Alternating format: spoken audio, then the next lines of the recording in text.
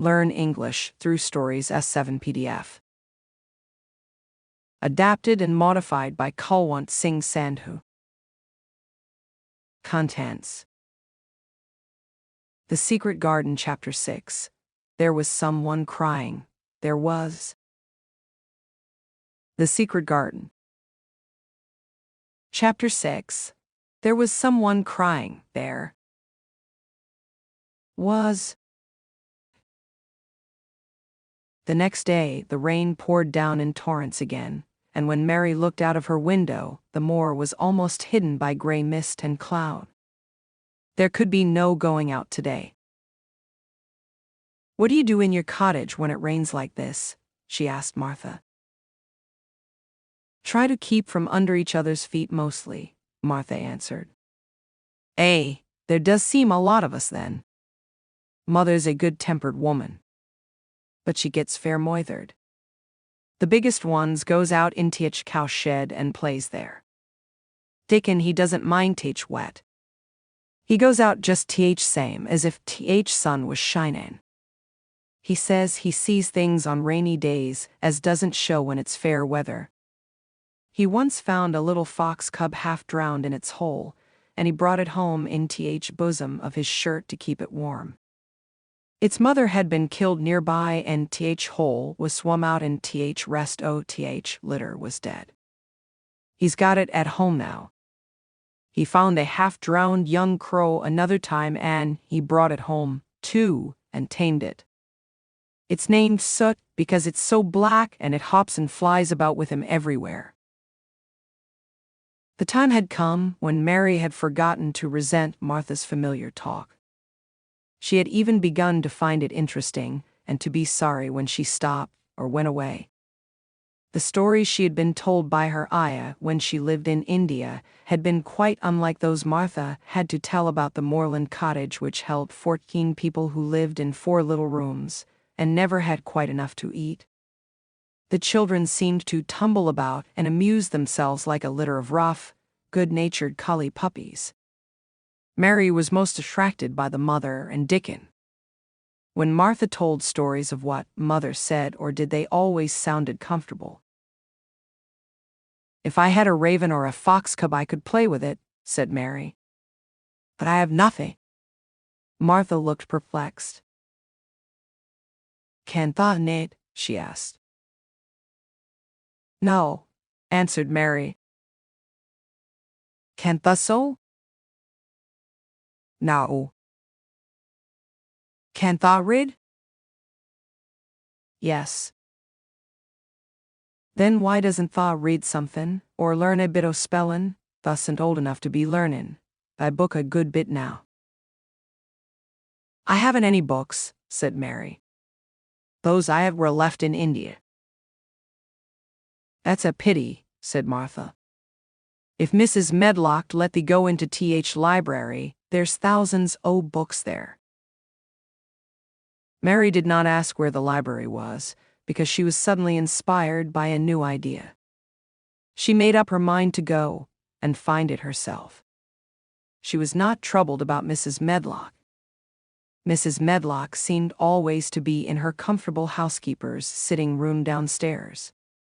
In this queer place, one scarcely ever saw anyone at all.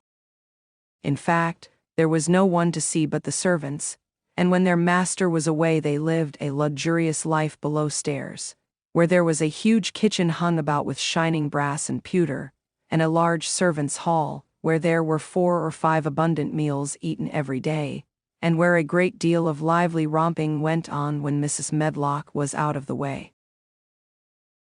Mary's meals were served regularly, and Martha waited on her, but no one troubled themselves about her in the least. Mrs. Medlock came and looked at her every day or two, but no one inquired what she did or told her what to do. She supposed that perhaps this was the English way of treating children. In India, she had always been attended by her ayah, who had followed her about and waited on her hand and foot. She had often been tired of her company. Now she was followed by nobody, and was learning to dress herself, because Martha looked as though she thought she was silly and stupid when she wanted to have things handed to her and put on. "Hasn't tha got good sense?" she said once, when Mary had stood waiting for her to put on her gloves for her.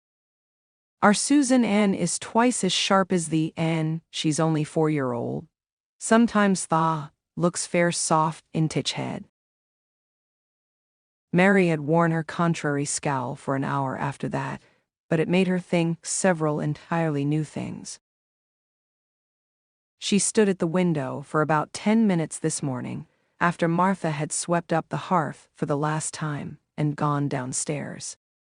She was thinking over the new idea which had come to her when she heard of the library. She did not care very much about the library itself, because she had read very few books, but to hear of it brought back to her mind the 100 rooms with closed doors. She wondered if they were all really locked, and what she would find if she could get into any of them. Were there 100 really? Why shouldn't she go and see how many doors she could count? It would be something to do on this morning when she could not go out. She had never been taught to ask permission to do things, and she knew nothing at all about authority, so she would not have thought it necessary to ask Mrs. Medlock if she might walk about the house, even if she had seen her.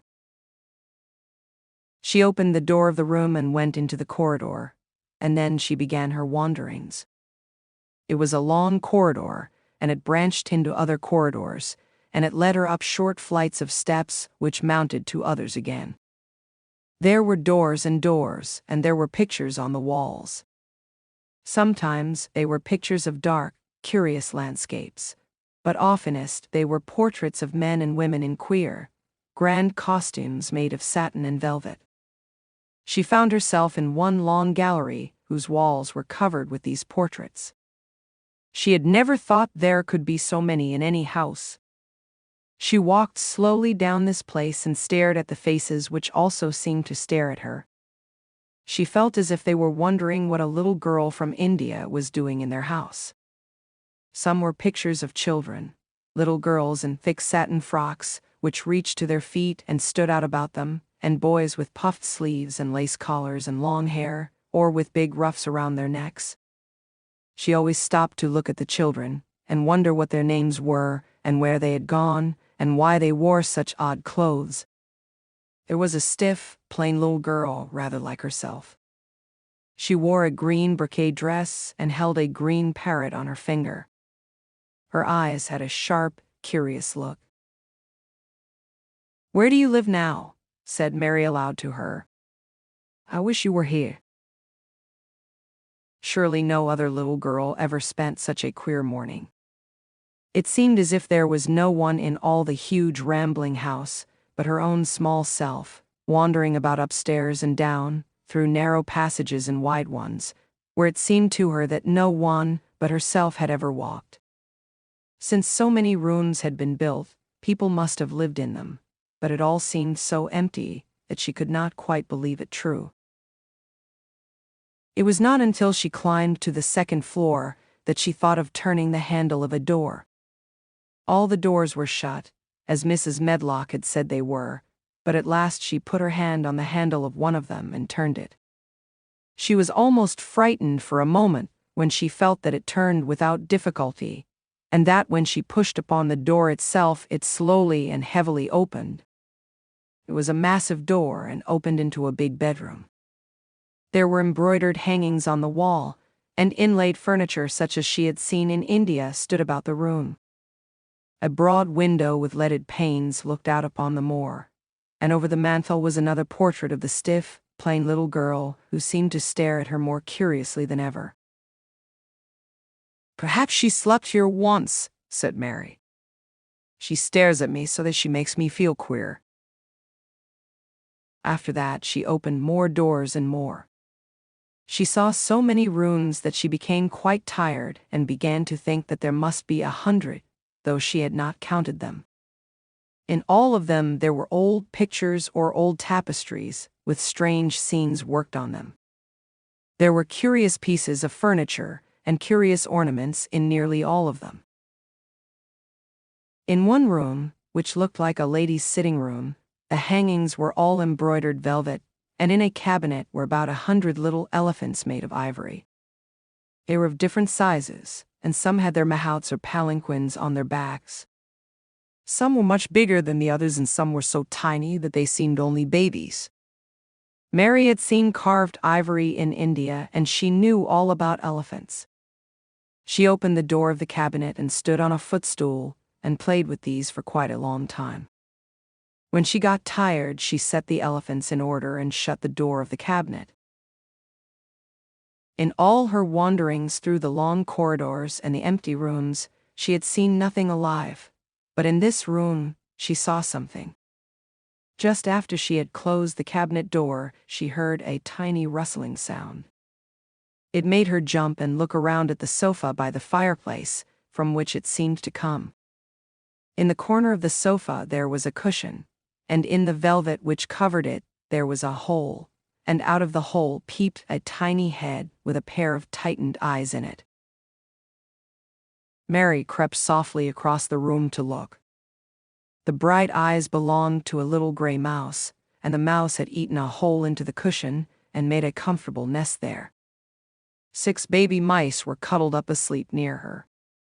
If there was no one else alive in the 100 rooms, there were 7 mice who did not look lonely at all.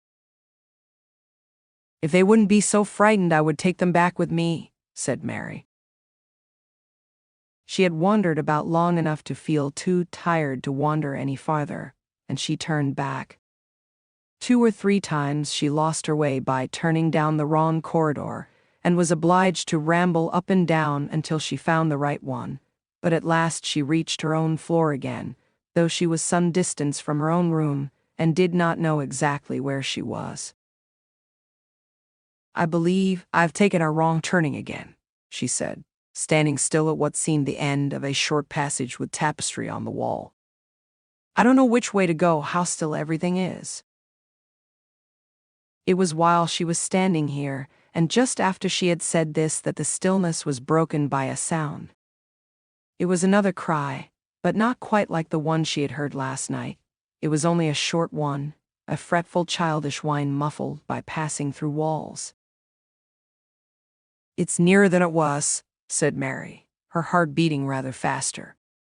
"And it is crying." She put her hand accidentally upon the tapestry near her, and then sprang back, feeling quite startled. The tapestry was the covering of a door which fell open and showed her that there was another part of the corridor behind it, and Mrs. Medlock was coming up it with her bunch of keys in her hand and a very cross look on her face. "What are you doing here?" she said, and she took Mary by the arm and pulled her away. "What did I tell ye?" "I turned round the wrong corner," explained Mary. "I didn't know which way to go, and I heard someone crying." She quite hated Mrs. Medlock at the moment, but she hated her more the next. "You didn't hear anything of the sort," said the housekeeper. "You come along back to your own nursery, or I'll box your ears." And she took her by the arm and half pushed, half pulled her up one passage and down another, until she pushed her in at the door of her own room. "Now," she said, "you stay where you're told to stay, or you'll find yourself locked up. The master had better get you a governess, same as he said he would. You're one that needs someone to look sharp after you. I've got enough to do." She went out of the room and slammed the door after her, and Mary went and sat on the hearth rug, pale with rage. She did not cry, but ground her teeth. There was someone crying. There was, she said to herself. She had heard it twice now, and sometimes she would find out. She had found out a great deal this morning. She felt as if she had been on a long journey, and at any rate she had had something to amuse her all the time, and she had played with the ivory elephants and had seen the gray mouse and its babies in their nest in the velvet cushion.